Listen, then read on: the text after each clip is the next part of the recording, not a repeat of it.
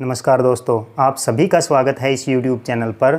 और आज मैं आपको एक हिंदी साहित्य के एक ऐसे महान लेखक से मिलवाने जा रहा हूं जिनका स्थान सभी लेखकों में सर्वश्रेष्ठ है। वो एक सूर्य के समान है जिन्होंने अपने लेखन के द्वारा हिंदी साहित्य में एक नया आयाम स्थापित किया और हिंदी साहित्य को प्रकाशमान किया।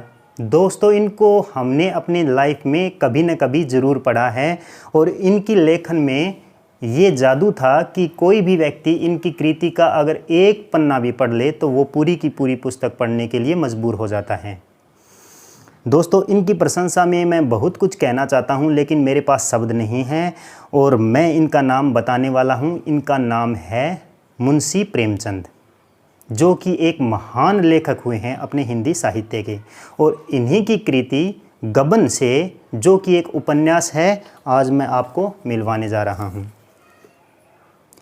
गबन की स्टोरी बताने से पहले मैं मुंशी प्रेमचंद जी के बारे में, उनके जीवन के बारे में आपको कुछ बताना चाहूँगा। इनका जन्म हुआ था 31 जुलाई 1880 को बनारस के लहमी नामक गांव में। बचपन में ही इनकी माता का देहांत हो गया। बाद में इन्होंने पढ़ाई भी की और अपने लिए आमदनी का सोर्स भी चलाया। सन 1899 से 1921 तक वे मास्टर बने रहे, मास्टरी के पद पर कार्यरत रहे। उसके साथ ही इन्होंने इंटर और बीए पास किया। प्रेमचंद ने लगभग 300 कहानियाँ और 14 सर्वश्रेष्ठ उपन्यास लिखे हैं जिन्हें पाठक बार बार पढ़ने को पसंद करता है। 8 फरवरी 1921 को उन्होंने गाजी मियाँ के मैदान में पूरी भीड़ के सामने सरकारी नौकरी छोड़ने की घोषणा गांधी जी के सामने की। कानपुर के मारवाड़ी स्कूल में इन्होंने काम किया। उसके बाद में काशी विद्यापीठ में भी पढ़ाया। अपने मासिक पत्र हंस के संपादन के लिए वह बनारस आ गए और 1935 में वे बीमार पड़े और 8 अक्टूबर 1936 को 56 वर्ष की आयु में जलोदर ड्रॉपसी रोग से पीड़ित होकर इस महान लेखक ने दुनिया छोड़ दी। दोस्तों, ये था इनका जीवन परिचय। अब मैं आपको गबन की कहानी सुनाता हूँ, जो कि एक बेस्ट कहानी है। दोस्तों, गबन में रमानाथ नाम का एक नायक होता है जिसकी तस्वीर ये आप देख सकते हो इसके कवर पेज पर, और जालपा नाम की एक नायिका है जो कि पति पत्नी है।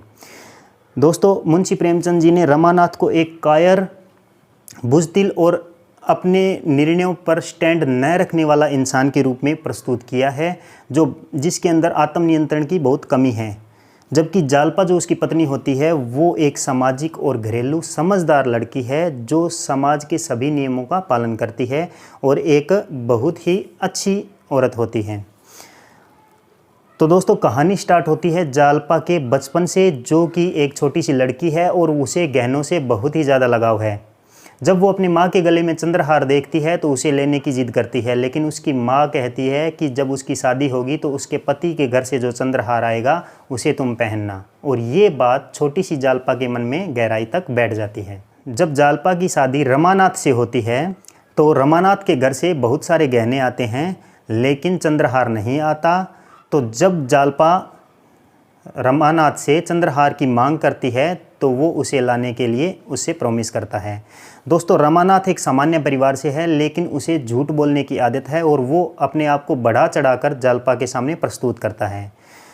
रमानाथ म्युनिसिपल कॉरपोरेशन में एक छोटी सी नौकरी करता है। वहाँ उसकी एक अच्छी लेकिन थोड़ी आमदनी होती है, लेकिन अपनी फिजूल खर्ची के कारण वो कभी भी धन जमा नहीं करता।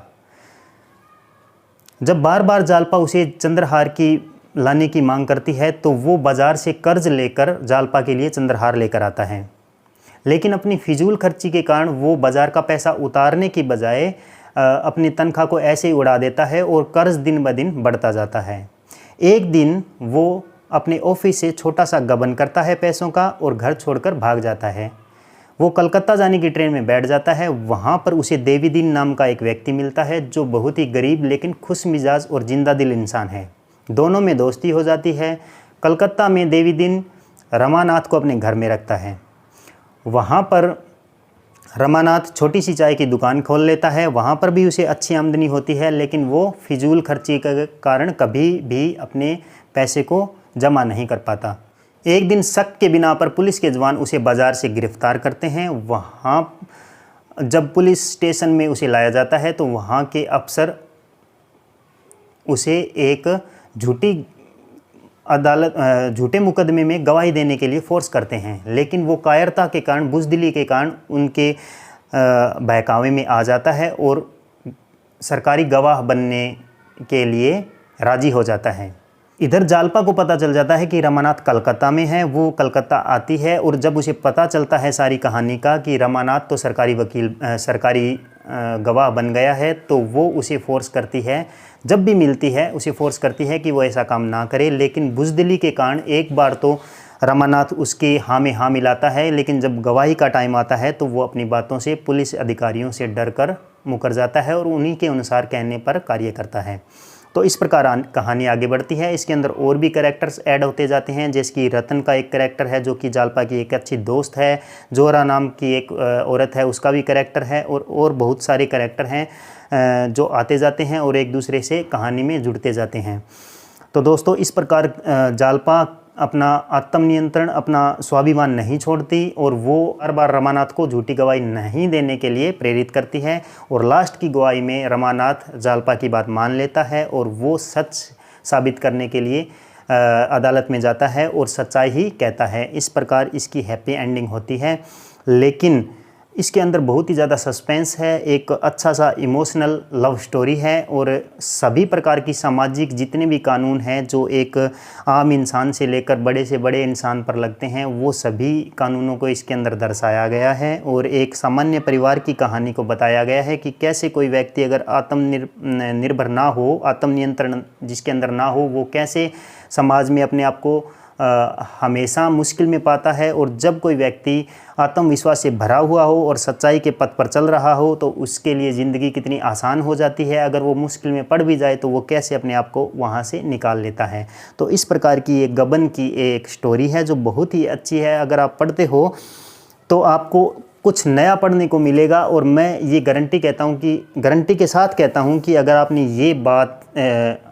ये किताब एक बार पढ़ ली तो आपको इसको 2-3 बार ज़रूर पढ़ने का मन करेगा। और ये था मुंशी प्रेमचंद जी का गबन नामक उपन्यास, जो कि बेस्ट है और आप इसे ज़रूर एक बार पढ़ें।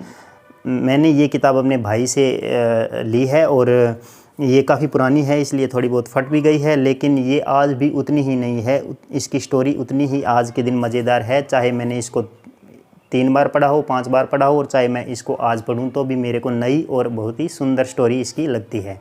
तो दोस्तों, मिलते हैं। प्रेमचंद जी का एक बहुत बड़ा कलेक्शन है मेरे पास किताबों का, और कोई ना कोई किताब के साथ मैं आप एक नया वीडियो ज़रूर बनाता रहूँगा। और मिलते हैं किसी नेक्स्ट लेखक के बारे में बात करने के लिए, या फिर मुंशी प्रेमचंद जी के ही किसी उपन्यास या कहानी को मैं आपके साथ शेयर करूंगा। और तब तक के लिए धन्यवाद।